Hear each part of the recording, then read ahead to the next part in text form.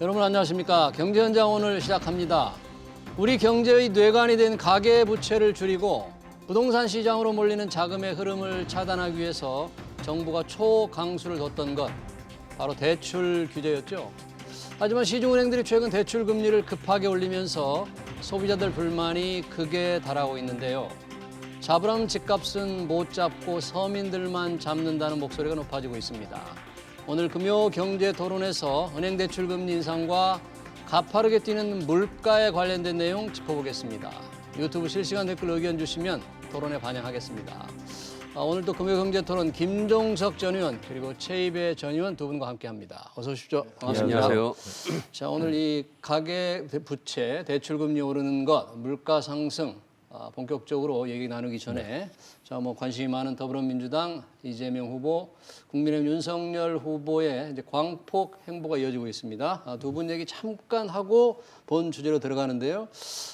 두 후보들 요즘 청년들을 사로잡기 위해서 아주 행보가 활발해지고 있습니다. 혹시 청년과 관련된 두 후보들의 생각, 공약, 정책 중에서 조금 주목하는 부분 있습니까, 최 의원님? 일단 그 이재명 후보 같은 경우는 이제 기본소득 그리고 네. 그 중에서 특히나 청년 기본소득은 좀 먼저 단계적으로 지급하는 것이 아니라 네. 먼저 지급하겠다라는 취지로 지금 발표를 했었고요. 그래서 예. 이제 하여튼 큰 틀에서 기본소득의 흐름을 지금 이재명 후보는 청년 쪽에도 포커싱을 맞췄고, 그다음에 이제 또 기본주택 시리즈에 또 역시 청년들을 위한 기본주택 얘기를 했었습니다. 그 반면에 이제 윤석열 후보는 그런 이제 보편적인 것보다도 취약계층에 더 포커싱하겠다라는 취지로 해서 취약 청년 도약 보장금 지급한다라는 내용을 이제 등해서 발표를 했는데요. 네. 최근에 이제 이슈가 된 거는 이재명 후보가 이제 페이스북에 그 반페미니즘 관련된 이렇게 글을 뭐 이렇게 인용을 했다가 반페미니즘. 그런 일들이 있었는데요. 예. 그리고 또 뭐 이제 20대 남자 이제 청년들에 대해서 이대남이라고 요즘 불리는데요. 더 포커싱해서 이렇게 행보를 하는 모습들을 보면서 이 정치권이 이 청년들의 문제를 이렇게 남성, 여성으로 나눠가지고 자꾸 이렇게 접근하는 것은 정말 잘못됐다라는 생각을 합니다. 특히나 이제 이런 부분들이 어떻게 보면 청년들을 이렇게 좀 편가르게 하고 갈라치게 하는 것으로 이제 비춰질 수도 있는데, 네. 최근에 이제 뭐 언론에서 나온 그 20대 남자 이대남 현상에 대해서 예. 더 통계를 통해서 분석을 해봤더니 이게 예. 결국은 계층 문제더라. 계층 문제다. 예, 그래서 이제 이 청년 문제는 결국 부모의 어떤 계층에 따라서 교육 격차가 발생하고 예. 그걸로 인한 이제 학벌, 직장, 고용 형태가 달라지면서 거기서 나오는 소득 격차, 그리고 최근에는 이제 자산 격차까지 이제 벌어지면서 예. 이게 이제 전체적인 청년들의 문제로 인식이 되고 있는데, 뭐 정치권은 그런 거하고 상관없는 엉뚱한 데에다가 지금 포커싱해서 뭐 여성, 남성, 페미니즘, 반페미니즘 이런 얘기들이 오가면서 쓸데없는 논쟁을 하고 있다라는 예. 이제 좀 문제점을 지적해 주고 싶고요. 그런 면에서는 저는 아무튼 이 계층 문제이기 때문에 결국 소득 양극화 문제를 해결하기 위한 근본적인 방안을 해결하지 않으면 천정 문제도 해결될 수 없다. 청년 문제의 본질이 예. 소득 간의 계층, 그렇죠. 계층 문제, 계층의 소득 격차 문제. 격차에서 비롯된 거니까 예. 그 부분을 바로잡는 데 좀 집중해야 되는데 그렇죠. 겉으로 드러난 형태만 지금 만지고 있다 그런 얘기네요. 예. 그래서 좀 그런 부분들을 좀 다시 캠프들이 다시 한번 점검하고 뭐 공약도 좀 만들었으면 하는 바람입니다. 김종수 의원님 네. 어떻게 보십니까? 청년 두 후보의 청년 문제들. 우선 본질적으로 이 청년 문제는 청년의 지금 방금 뭐 계층이나 지역이나 처한 사정에 따라 다 달라요, 니드가. 네. 그런데 사실은 가장 최선의 청년 정책은요. 예. 그러니까 우리나라 경제를 활성화해서 일자리와 기회를 많이 만들어서 청년들이 미래를 걱정하지 않고 살게 해주는 게 청년 정책의 기본 아니겠어요? 일자리. 예, 네. 번영하고 자유로운 대한민국을 만들어주는 게 현 정치권이 청년 세대에게 가진 책임이에요. 네. 그러니까 그 무슨 뭐 여러 가지 제도가 있더라고요. 저도 보니까 무슨 청년 고용 촉진 특별법, 청년 기본법, 네. 취업 보조금, 뭐 반값 임대주택 우선 입주권, 뭐 말씀드린 대로 이재명 후보는 또 거기다 돈 100만 원씩까지 더 지어주겠다고 하고. 저는 이렇게 그 보조금 줘가지고 청년들의 어떤 자립 의지를 약화시키는 건 전 청년들한테 도움 안 된다고 보고요. 예. 기본적으로 일자리와 기회를 늘려주는 거 이상의 청년 정책은 없다고 보고요. 한 가지 첨언드리고 싶은 게 예. 이번에 제도를 쭉 보니까 이 청년의 정의가 제도와 법마다 달라요. 청년 몇 살부터 몇 살까지인지 그렇습니다. 어떻게 지금 다릅니까? 우리 최 의원께서 대표 발의 통과된 그 청년 기본법에는 예. 19에서 34살 청년으로 봐요. 19에 34. 네. 그런데 또 그 통계청의 청년 고용 특별 촉진법 기준은 예. 15에 29을 또 청년으로 봐요. 30살부터 청년 아니라는 거죠, 통계청은. 그래요? 그런데 또 지자체마다 달라요.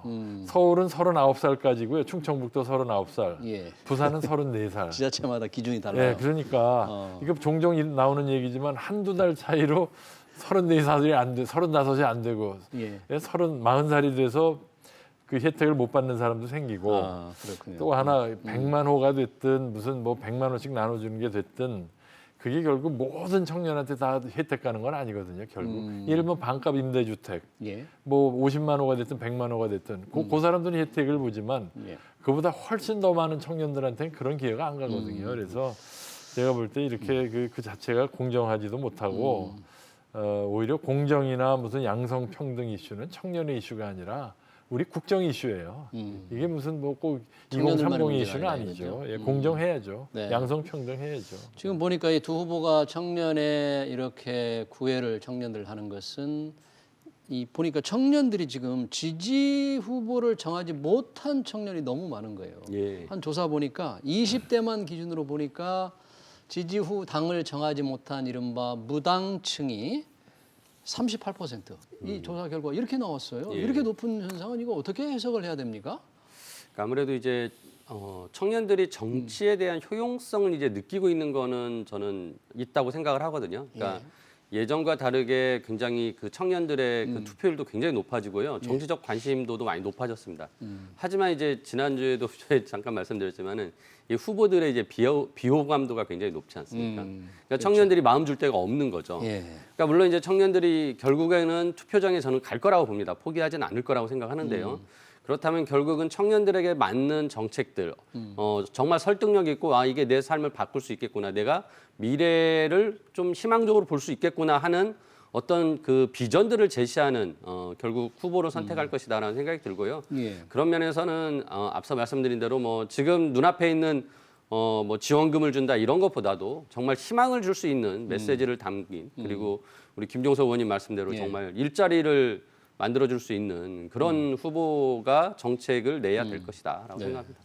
지금 이제 좋은 일자리가 가장 확실한 청년 대책이라고 우리 김종석 의원님, 최 의원님 말씀하셨는데 이 청년들에게 지금 미래의 빚을 떠넘기는 내용들이 많잖아요, 공약 중에서. 그렇습니다. 그러니까 뭐 국가 채무를 어떻게 개혁한다거나 또는 연금을 어떻게 개혁해서 청년들이 그 연금을 못 받는 일이 없도록 한다거나 이런 걸 내미는 분은 없는 것 같아요. 그렇죠. 지금도 최근 여론조사를 보면 예. 청년들이 의외로 이런 청년 공약에 대해서 상당히 냉소적이라는 내용이 많이 나오거든요. 예. 지지도가 낮아요. 이유가 이제 청년들이 하나의 유권자 집단으로서 의식 수준이 많이 좀 높아진 것 같아요. 과거에 비해서 예를 들자면 예전에는 일자리가 없고 집값이 비싸면 그냥 내가 잘 안 풀리는 인생이구나라고 생각했다가 예. 이게 뭔가 정책과 제도의 문제구나라고 생각을 했다가 이제는 보니까 지금 정책이 나의 미래에 오히려 부담이 되겠구나. 그러니까 빚내서 나한테 용돈 주는 게 무슨 정책이냐. 말씀드린데 의식 수준이 굉장히 높아진 것 같고 다만 정치권이 여든 야든 지금 이거를 못 따라가는 것 같아요. 그래서 청년들이 진짜 원하는 게 왜 이들이 시큰둥한가를 좀 알아야 되고 솔직히 말해서 인기 없는 가장이 빚내 가지고 애들 용돈 주면 그게 고마운 겁니까? 결국 그 가장이 진 빚 아이들이 갚아야 되는 거 아니에요?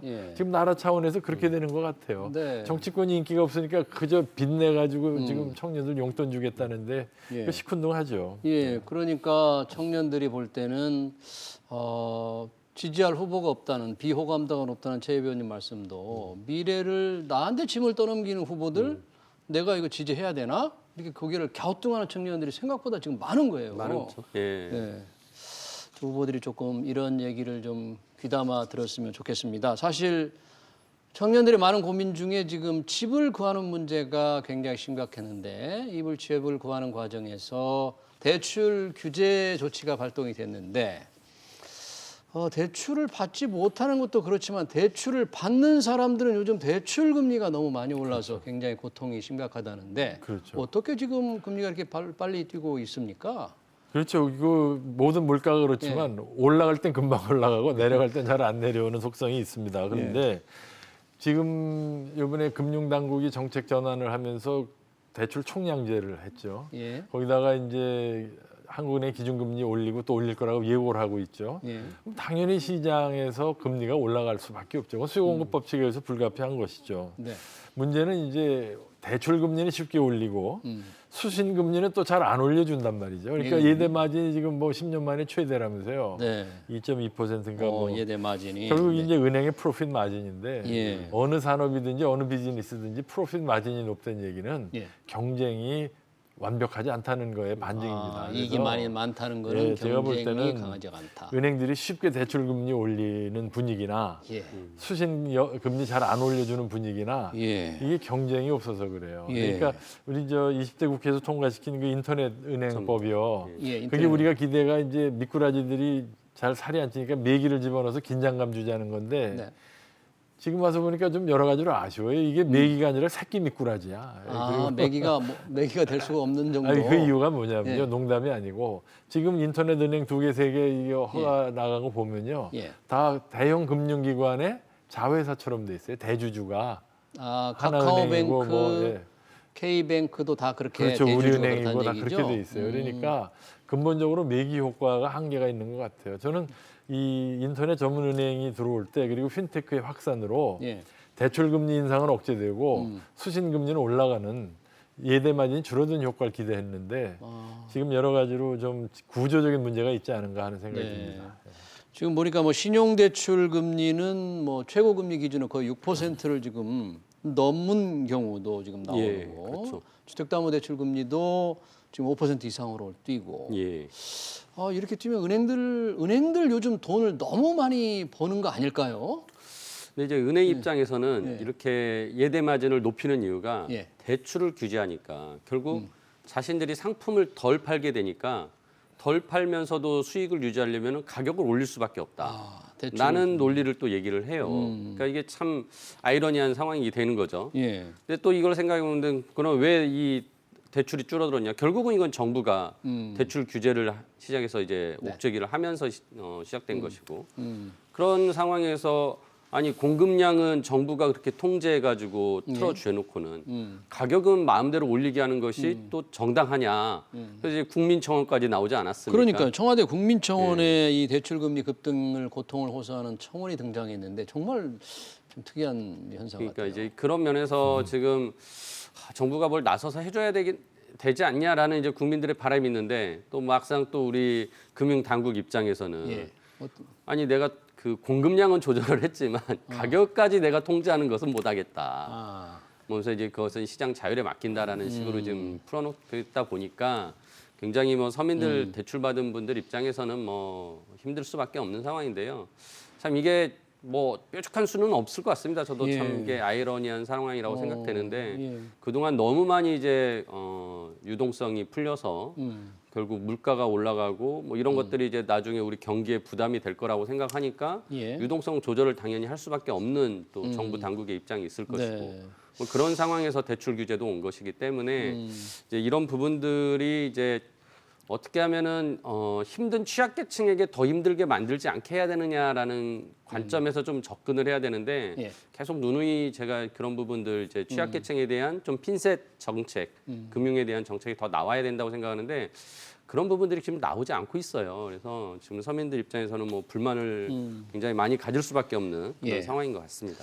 지금 대출금리 급등에 이제 청와대 국민청원과에 등장했지만 아까 최 의원님 말씀대로 이 돈의 값이 이제 금리니까 시장에서 결정되고 은행이 정하는 거를 그럼 감독 당국이 나서서 너무 빨리 올리지 마라 이렇게 지도하는 것도 현실적으로 좀 어렵잖아요. 그렇죠. 네. 그럼 어떻게 해야 됩니까? 그 어려운 건 인정을 하는데 그 사이에 고객 서민들만 지금 등골이 휘는데. 그렇죠. 예. 그러니까 그동안 우리가 지난 한 3, 4년 동안 초저금리로 예. 소위 유동성이 너무 많이 풀렸어요. 지금도 기준금리가 0.75%인가요? 그렇죠. 예. 아직도 사실은 양적 완화 수준입니다. 이게 정상화돼야 되는 과정에서 예. 금리 인상은 불가피하다.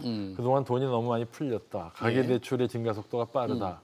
이걸 생각해보면 나라 전체로 보면은 총량이 늘어나는 걸 억제하는 정책 수단은 불가피하죠. 예. 이거는 이제 그 과정에서 선의의 피해자가 생기고 지금 현 정부의 입장처럼 그냥 총량 규제를 해가지고 선의의 피해자 전세 대출까지 막아놓으면 그 피해는 오롯이 현금이 진짜 필요한 사람한테 가는 거거든. 예. 현금 부자나 부자들은 그렇게 피해가 없어요. 금리 예. 올라가도. 그래서 지금 이 핀셋 규제 필요하고 대출 금리가 올라가면은 그럼 수신 금리라도 좀 빨리 올리도록. 예? 그래서 예대 마진이 은행이 줄고 그래도 예. 저축하는 사람들이 저축 유인을 좀 갖도록 해주는 것도 한 방법이다 이런 생각이 듭니다. 네.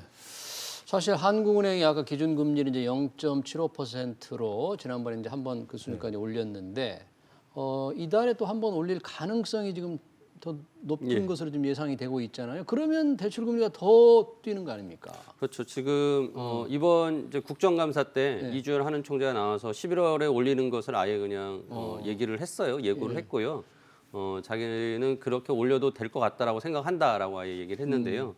뭐 그런 게 이제 시장에 다 지금 미리 반영이 돼서 예를 들어서 대출 금리의 기준 금리 역할을 하는 이제 코픽스라고 있는데요. 그 금리도 뭐 지금 이제 오를 이번 달 들어서 또 한 번 뛰었고요. 코픽스도요? 예. 네. 그래서 이제 이게 지난 5월 달에는 0.8이었는데 지금 0.95로 0.13%가 뛰었습니다. 한 예.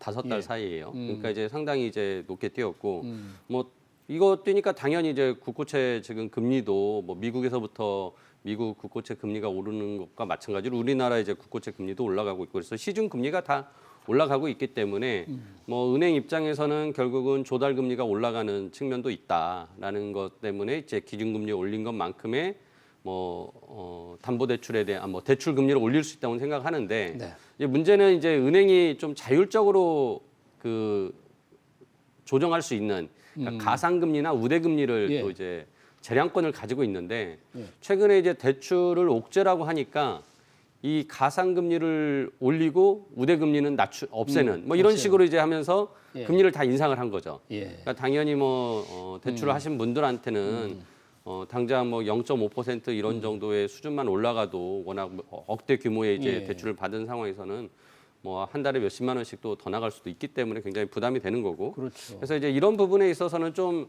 금융 당국에서 기존에 이용하던 그 고객들의 우대금리나 이런 부분까지 이렇게 다시 다 없애고 하는 거는 조금 한번 들여다봐야 되지 않냐 그런 예. 생각도 좀 합니다. 네. 사실 말씀하신 대로 이제 가상금리 높이고 우대금리 줄이면서 수익이 늘어나는데 올해 보니까 금융지주들 있잖아요. 네. 일부 금융지주에서는 한 해 이익이 이제 4조를 넘는다는 겁니다. 4조. 그래서 뭐 4조 클럽에 들어간다. 경영을 굉장히 잘한 것으로 지금 시장에서 평가받고 있는데 그러면 그 이자 다 누가 내고 있느냐? 서민들, 영세 상공인들 다 지금 아주 죽겠는데 은행 경영 잘했다고만 할 것인가? 이 네. 4조 클럽 박수만 칠 것인가? 아니면 혹시 폭리를 취하지는 않는가? 어떻게 바라봐야 됩니까? 이거? 그렇죠. 아까도 말씀드린 대로 은행 산업도 산업이고 비즈니스니까 이익을 내야 되고 주주 눈치를 봐야 되는 건 사실인데 항상 이렇게 초과 이윤이 가능한 배경은 결국 정부 규제가 보호막을 쳐주고 있거나 예. 경쟁을 제한하기 때문이라고 저는 보고요. 예. 또 은행 산업 입장에서 보면은 우리 은행이 건실하고 수익성이 높아야 또 금융 시스템이 건전하다는 주장도 뭐 그렇죠. 틀린 주장은 아닙니다만 어쨌든 그 우리나라 금융 산업이 우리나라하고 비슷한 수준의 경제 발전 단계에 있는 나라하고 비교해서 낙후돼 있고 경쟁력이 없다는 건 그 금융 산업 담당자들도 시인하는 거거든요. 예. 그러니까 지금 우리가 이 자리에서 지금 이런 이야기를 하고 있다는 것 자체가 네. 우리나라 금융 시장이 얼마나 경쟁력이 없고 또 저축하는 사람이나 대출 받은 사람에게 불리하게 작용하는가라는 반증이라고 봅니다. 그러니까 금융시장의 경쟁 체제로 전환하고 예. 금융산업이 선진화되고 신기술이 도입되면 그러한 우리가 예금자들이 볼 때 좀 이상할 정도의 폭리 구조적으로 어렵게 될 것이다. 저는 그렇게 기대합니다. 그러니까요. 뭐 아까 인터넷뱅크, K뱅크, 뭐 카카오뱅크 얘기했지만 결국 은행 영업하는 게 개수가 제한돼 있잖아. 면허 산업이고 수익의 대부분을 국내에서 벌어들이는 내수 산업이란 말이죠. 그렇습니다. 해외에서 벌어들이면 괜찮습니다. 많이 벌어도 예. 국내에서 벌어들이니까 어느 이익이 적정하냐 좀. 두 분이 좀 연구 좀 더 하셔야 될 것 같아요. 근데 김종석 의원님 말씀하신 대로 인터넷 전문 은행들을 이제 지금 3개까지 만들어 놨거든요. 가장 최근에 만들어진 게 이제 토스 이제 인터넷 은행인데요. 네. 그러니까 토스가 이제 굉장히 공격적인 시장을 이제 공격을 했어요. 그래서 이제 아시다시피 예금 금리를 2%까지 주는 것으로서 해가지고 뭐 처음에 했더니 뭐 엄청나게 지금 많은 분들이 이제 토스로 예금을 이제 옮겨가고 하면서 그런 게 이제 지금 약간의 이제 경쟁을 만들어내고는 있는데 워낙 뭐 아시다시피 우리나라 시중은행 이 규모가 크니까 지금 이제 인터넷 은행들 시작한 지 얼마 안 됐고 거기서 아무리 이제 경쟁을 한데도 아직은 이제 부족한 거죠, 힘이. 근데 저는 뭐 이번에 토스 등의 그런 상황들을 봤을 때 좀 인터넷 전문은행들이 분발해서 빠르게 좀 더 경쟁을 심화시키고 소비자들을 위해서 좀 그렇게 이제 경영을 한다면 뭐 우리나라 이제 은행도 경쟁력이 좀 생기지 않을까라는 그 기대도 한번 해봅니다. 여튼 뭐 경영을 잘하는 거 은행들 좋지만 이게 기본이 되는 고객을 위해서 과연 뭘 하고 있는지 좀 생각을 좀 해볼 필요가 있는 것 같고요. 사실 대출금리 올라서 청년들 돈 빌리기 어려운데 뭐 요즘 오르는 게 뭐 안 오르는 게 없잖아요. 지금 오늘 휘발유값 조금 내렸습니다. 유류세 뭐 물가 오르는 게 난리가 아닌데 지금 우리나라만 그런 것이 아니죠. 글로벌하게 지금 물가의 상승이 엄청나지 않습니까? 상황이 어느 정도 지금 그렇습니까? 그렇죠. 지금 오히려 좀 미국이 상당히 긴장하는 것 같아요. 예. 소비자 물가가 지난달에 6.2% 올랐다는데 이건 미국의 그 큰 경제 규모를 볼 때 세계에서 제일 큰 경제 아닙니까? 그래서 볼 때 이거는 글로벌 인플레라고 해도 과언이 아니죠. 거기다가 두 번째로 큰 중국이 뭐 생산자 물가 지수가 뭐 13.5%나 올랐다고 하는데 지금 이 물가 상승의 원인이 기본적으로 보니까 수요가 공급보다 많을 때 가격이 오르는 현상 아닙니까? 수요 공급이. 그런데 왜 수요가 공급보다 많으냐? 하나는 생산 생산 비용이 올라가서 공급이 줄었거나 아니면 돈이 풀려서 수요가 늘었거나 둘 중에 하나인데 이번에는 그게 같이 발생한 것 같아요. 그러니까 이게 코로나가 이제 위드 코로나로 전환되면서 유럽이나 미국이나 한국이나 이제 수요가 늘어나는데 지난 2년 동안 생산 과정이나 밸류 체인이 많이 파괴되고 위축됐어요. 대표적인 게 해운이거든요. 해운. 네, 그러니까 이게 수요는 갑자기 늘어났는데 파이프가 망가져 있었다. 그러니까 이제 공급 애로연이 생기고 이 겹친 겁니다. 그런데 제가 제일 우려하는 거는 이제 미국 그 페드 체어맨도 일부 얘기했지만 이게 결국 사람들이 인플레가 계속될 거라는 믿음을 갖기 시작하면 이거는 이제 수요 공급 법칙으로 해결이 안 됩니다. 이거는 이제 멘탈의 문제가 되거든요. 다 쉽게 말씀드리면은 이제 사람들이 물가가 올라갈 거라고 예상하면은 택시값이 올라가면 택시 기사는 돈 버는 거예요. 그러니까 가격이 올라가는 것 자체가 나라 경제에 어떤 부담이 되는 건 아닙니다. 소득이 이전되는 건데 가격을 통해서 문제는 내가 손해봤으니까 내가 임금 더 받아야 되겠다. 그러면 고용주는 인건비 올랐으니까 내 물건 더 받아야 되겠다. 그러면 또 소비자는 물건값 올라갔으니까 내 월급 더 달라. 이게 악순환이에요. 이거는 수요 공급하고 무관한 심리 전쟁이 되기 때문에 이게 지금 미국이나 한국이나 우리나라도요. 지금 2%가 넘었죠. 2.2%죠. 이 상태로 가면은 우리나라의 경제 전체에 인플레 기대 심리가 확산이 되면 이거는 이제 고착화되는 겁니다. 그게 이제 하는 총재가 제일 걱정하는 것 같아요. 하는 총재. 네. 지금 우리 김종수 의원님 잠깐 언급을 하셨지만 최근 물가 상승에는 풀린 돈도 풀린 돈이지만 이 글로벌 공급망, 이 지금 병목 현상이 잘 해결이 지금 안 되고 있잖아요. 그러다 보니까 에너지 위주로 가격이 급등하고 있는데 이런 문제가 좀 쉽게 해소될 것 같지는 않아요. 상황을 볼 때 어떻습니까? 예, 이게 이제 일시적인 현상이냐 아니면은 장기화갈 것이냐라는 지금 전망들이 좀 엇갈리고 있습니다. 참 저도 뭐 이 부분에 대해서 판단하기가 참 어렵다는 생각이 드는데, 그러니까 우리가 이제 보통 인플레이션이 일어나는 이유가 지금 김종석 의원님 말씀대로 그런 심리적인 것도 있지만 이제 경기가 원래 좋아지면 당연히 이제 고용이 좋아지고 실질 소득이 오르니까 물가가 오르거든요. 그러니까 그런 경우에는 뭐 인플레이션이 큰 문제가 되지 않습니다. 근데 지금의 우리 뭐 세계 경제 시장이 코로나 때문에 위축됐다가 지금 풀리는 상황이지 뭐 세계적으로 경기가 그러니까 예를 들어서 고용이 좋아지고 실질 소득이 막 올라가는 그런 또 상황은 아니거든요. 그러니까 어떻게 보면 억눌렸던 게 다시 풀리는 반등 효과 정도는 있을 수 있겠지만 더 확 좋아지는 상황은 아니기 때문에 뭐 그런 측면에서는 이게 과연 장기적으로 가겠느냐, 일시적인 거 아니겠느냐. 그리고 공급망 교란에 의해서 일어나는 일시적인 거 아니겠느냐 이런 얘기들을 이제 평가를 하기도 하는데 예. 뭐 또 어떤 측면에서는 돈이 많이 풀렸고 진짜 아까 전에 김종석 의원님 말씀하셨던 심리의 문제로 이렇게 접근이 되면서 우려하는 목소리도 나오는 거죠. 그래서 참 이런 부분에 대해서 우리나라에서 이제 결국 물가 관리하는 게 이제 한국은행이니까 예. 한국은행 입장에서 그래서 기준금리도 이제 올렸고 유동성도 좀 회수하기 위해서 뭐 여러 가지 그 정부 정책에 같이 동참하면서 호흡을 맞추고 있는 거죠. 그래서 이런 측면에서는 미국이나 지금 EU 같은 경우는 기준금리를 올리는 것에 대해서 되게 좀 그 소극적입니다. 미국이나 EU, EU 같은 경우는 그러니까 네. 세계 가장 큰 양대 중앙은행은 오히려 지금은 인플레이션 걱정보다는 이건 일시적인 현상이고 오히려 지금 금리를 올려서 오히려 경기가 부양되는 것을 다시 침체시킬 수 있는 우려도 있다라는 태도를 보이고 있는데 그런 거에 비해서 이제 기축통화를 갖지 않은 우리나라 같은 네. 이제 나라들은 오히려 거꾸로 선제적으로 지금 금리를 인상해서 이런 대응을 해야 된다라는 식으로 또 하고 있어서 이게 지금 세계적으로도 대응 방식도 다르고 예상도 다르고 여러 가지 좀 복잡한 상황인 것 같습니다. 중앙은행마다 이런 인플레 상황에 대한 대처가 조금씩 이제 다르다. 그런데 신흥국은 먼저 금리를 올리는 것 같은데 아까 최 의원이 우리 한국은행이 이달에 금리를 이제 기준금리를 올릴 것이라고 했는데 한국은행이 지금 인플레이션을 바라보는 입장과 통화정책 방향과 최근에 KDI 한국개발연구원이 하반기 경제 전망에서 밝힌 이 통화정책 방향 또는 재정정책에 대한 제언이 이게 조금 다릅니까? 어떻게 시각이 어떻게 다릅니까? 다르죠. 이 결이 다른데 그 근본적인 그 처방이 다른 이유는 지금 진행되는 이 물가 상승 압력을 인플레이션으로 봐서 이게 오래 갈 거냐 아니냐 구조적이냐 일시적이냐의 차이가 있는 것 같아요.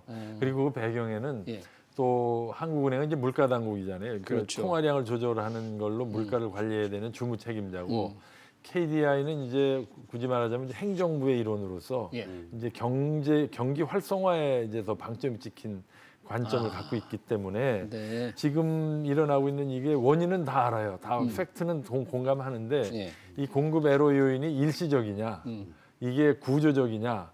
어제 그 하는 총재 말씀에도 보면 이게 디지털화, 저탄소 그리고 글로벌 가치 사슬의 변화 이런 것 때문에 생산 소비가 구조적으로 바뀐다.